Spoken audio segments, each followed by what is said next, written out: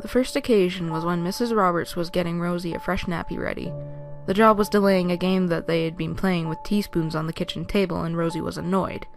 She cried and later shrieked in frustration, and then Mrs. Roberts saw one of the spoons slide across the tabletop into Rosie's hand.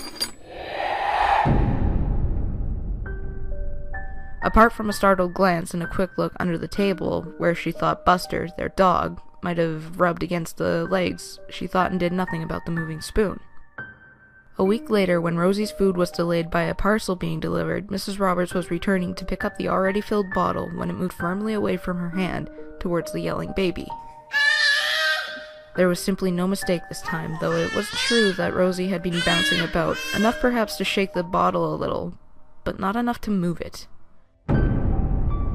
That evening, Mrs. Roberts told George, her husband. She had anticipated correctly his reactions. "You're imagining things again, Shirley," he snapped irritably. "You and your mother care books. What the kid wants is less psychology and a bit more ordinary affection." Mrs. Roberts flushed angrily. "Just because you give Rosie everything she cries for, anything for peace and quiet, that's you!" She said no more. It was just possible that the bottle had somehow slid with the vibration of her tread on the wooden kitchen floor, and the spoon moving could certainly have been Buster. But the third time was more positive. They were both, mother and baby, in their small living room. Mrs. Roberts was reading the daily paper in a chair by the fire.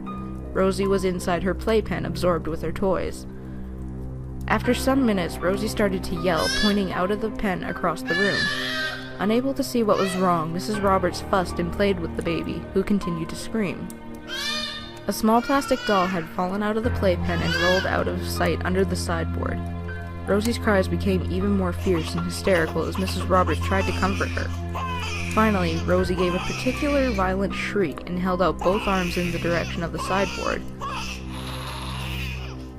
As Mrs. Roberts turned to look that way, to see what was the matter, she saw the missing doll slide steadily, though slowly, out from under the sideboard, across the carpet, up to the playpen frame, and, as she stared motionless with astonishment, the doll gave a heave and lifted over the frame and into Rosie's outstretched hand. The next few minutes were crowded. With a swift smack, Mrs. Roberts knocked the doll from her baby's hand, swept her into her arms, and ran from the room. Once in the kitchen, she sat Rosie roughly in her high chair by the table. She was not without courage. Crossing the room, avoiding the pen, she took the decorative pair of fire tongs from the hearth, then approached the doll. It took some time to grip this securely. Then she lifted it and carried it to the open fire. There she dropped it amongst the glowing coals, where its plastic coating shriveled and melted, curdling unpleasantly, and exposing a wiry skeleton that slid down red-hot into the grate. Hours later, after she had let the fire die right out, Mrs. Roberts found the wire remains and took them down to the garden, which backed onto a garage, and flung them over the wall into a heap of wreckage. The same day, she took Rosie to the doctor's surgery. Dr. Paisley heard her out thoughtfully, eyeing professionally the slight tremor of her hands, the dry lips. "Well, Mrs. Roberts, what you say is certainly remarkable, but you know, there may yet be natural explanations." "It did move, Doctor. I saw it. Across the carpet. The other times I wasn't sure, but this—" "But you say there was metal in the doll," said Dr. Paisley reasonably. "Now there's always magnetism, you know. Queer things happen when there's electricity about." "Yes, but we haven't got any electric things. Only the garage does have those welding things. Those that spark. Do you think they could have done it, Doctor?" "Well, I'm no engineer, Mrs. Roberts, but it may well be so. And how are you yourself?" "Sleeping well, no dizziness or fainting. You look just a bit peaky." After a while, Dr. Paisley wrote out a prescription of a particular kind and saw Mrs. Roberts out. It was 3 weeks before Dr. Paisley looked up to see Mrs. Roberts entering his surgery again, carrying a protesting Rosie. He mentally sighed, but motioned her to a chair. Over the increasing cries of the irritated Rosie, who was late for a feeding and wanted her milk, which was already made up in her mother's basket, he listened. I waited for 3 times, Mrs. Roberts burst out. I could see you never believed me. You're just like George, and in any case, she never does it when he's there because he lets her have everything she wants, so she never gets into a temper, and it's only then that she does it at all. Between the broken streams of words and the yells of Rosie, Dr. Paisley gathered that more things had been moved by Rosie when she was in a temper. So I came now, doctor, so you could see. She's not had her milk and she's getting all worked up, and you see, she'll do it like I said. Rosie's cries were certainly getting fiercer and the noise was distracting. Paisley winced as the shrieks reached a higher pitch when Mrs. Roberts took out the bottle but held it away from the baby. She tantalizingly waved it in the air, Rosie's red eyes following it as she yelled, tears of frustration running on the plump cheeks. Come on, baby, Mrs. Roberts mouthed, sweat gleaming on her forehead. Get your milky. Paisley frowned and half rose from his chair as Mrs. Roberts placed the bottle deliberately on a cabinet just out of reach of Rosie, whose screams reached a crescendo of violence that he could hardly credit.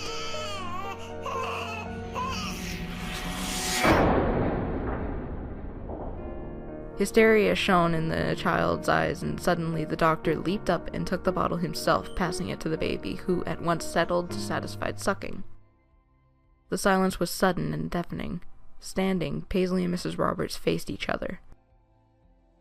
Please, sit down, Mrs. Roberts. I think we'd better have a little talk.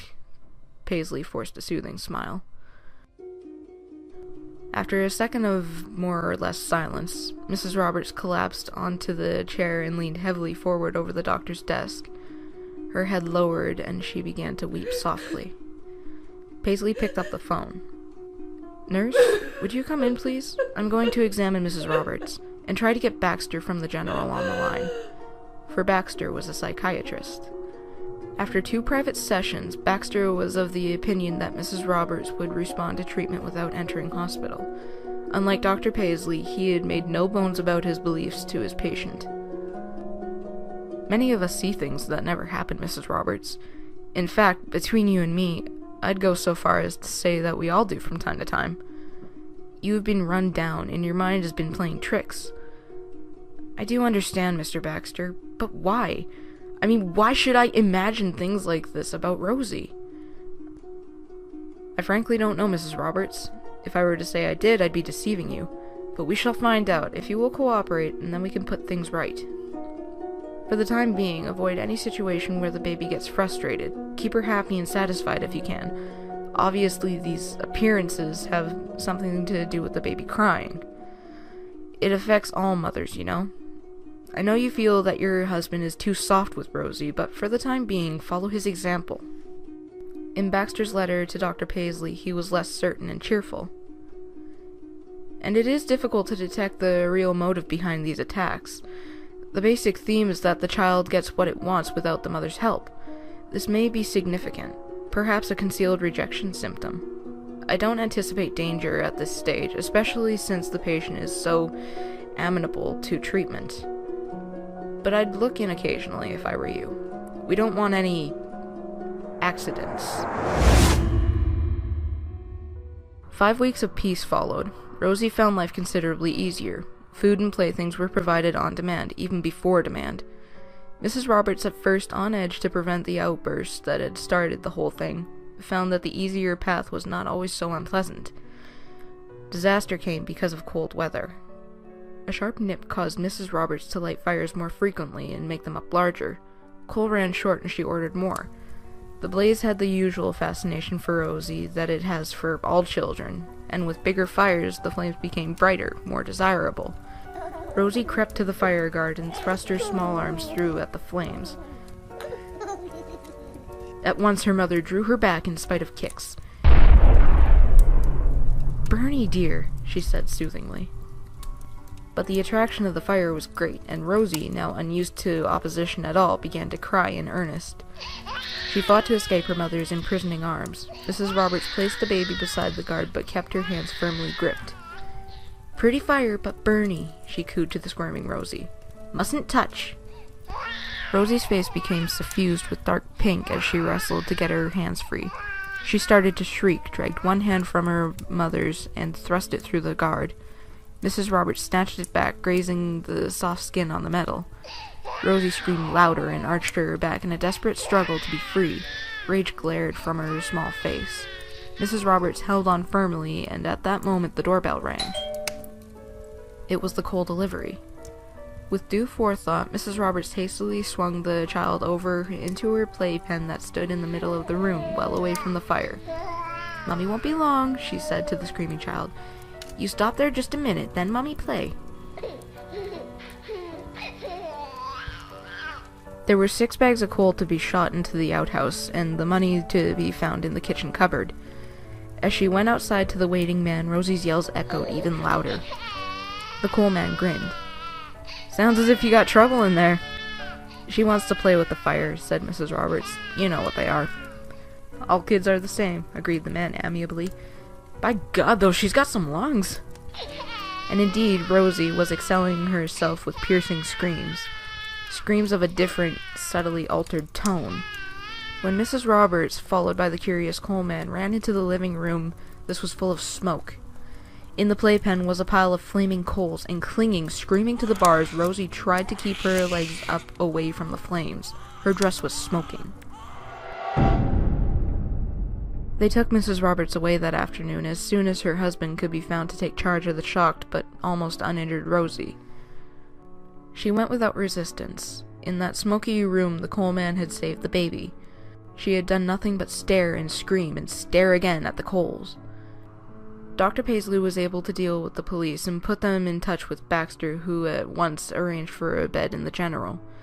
By evening, Mrs. Roberts was under light sedation, and a conference had been held with Baxter, Paisley, and George Roberts present.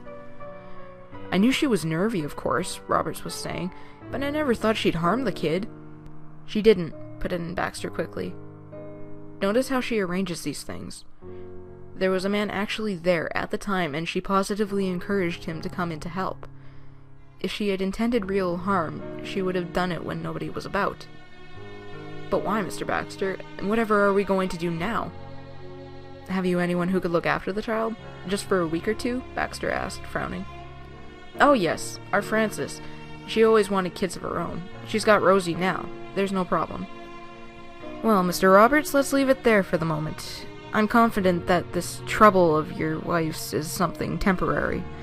I admit I never expected such an unusual and dangerous demonstration as this with the fire. Let's see in a week's time. Shall I bring the kid, Doctor? I mean, will she... You should leave Rosie at home for a few days, Mr. Roberts. Then we'll see." It was 3 weeks before Rosie saw her mother again. Not that they were days of unhappiness. Aunt Frances was easygoing, kindly, and had central heating. Moreover, she had brought large supplies of the small sweets that Rosie favored. But after 3 weeks, Mrs. Roberts herself was becoming anxious. In her sedative, confused mind, she became harassed by fears that Rosie might, after all, have been burned in the fire and was being kept from her. Baxter felt that a meeting was necessary and might be interesting. He authorized George Roberts to bring Rosie for half an hour and arranged to be present. The meeting was unexpectedly touching. At first Rosie was too interested in the great white hospital building, the long glittering corridors, the lift that swept her and Mr. Roberts up to the 5th floor, the white-clad nurses in the small room with its sterile bed. She hardly noticed her mother. But then Mrs. Roberts raised herself and held out her hands. Rosie's face lit up with a gurgle of delight and strained in her father's arms to try to reach the bed. Baxter watched for 10 minutes, then laughed thoughtfully. There was no trace of the problem that he had feared, rejection through fear of the mother by the child. Obviously, Rosie remembered her mother only with pleasure, the old frustrations forgotten, and the fire with its terrors. He had Roberts called from the private room into the corridor. "Not quite yet, Mr. Roberts, but fairly soon. It's obvious that Mrs. Roberts is much better, and Rosie seems quite, normal with her." Roberts nodded. "I did wonder whether the kid would remember, be feared by her own mom, but she isn't, and that's a fact. All the same, Mr. Roberts, I'd like to take a few precautions. Perhaps your sister could stay with Mrs. Roberts a few days, after she comes home, just until she settles in." "Easy, Mr. Baxter. Just as long as you say." They both re-entered the room to see a happy Rosie trying to reach the glass apparatus that a smiling nurse was placing just out of her reach. A trace of a scowl crossed Rosie's face, but the sight of her mother once again distracted her. "Time to go, Mrs. Roberts, I'm afraid," smiled Baxter. "But good news. Another week or so and I think it's home for you for good." As her father lifted her from Mrs. Roberts' arms, Rosie began to wail.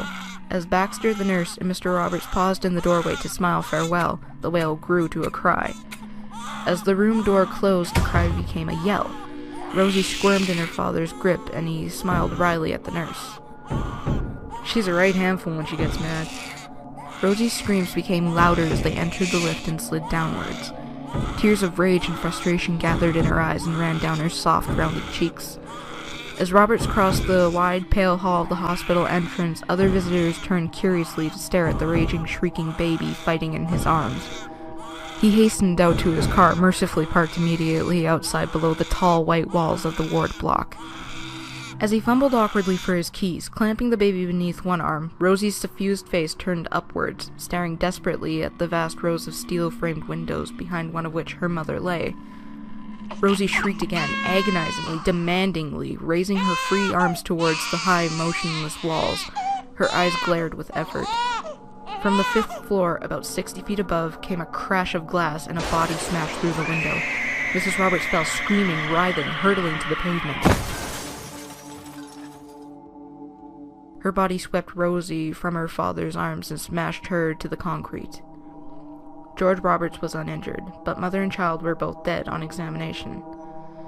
The window glass was supposed to be unbreakable, but it is common knowledge that insane people have unusual strength. There was no other explanation.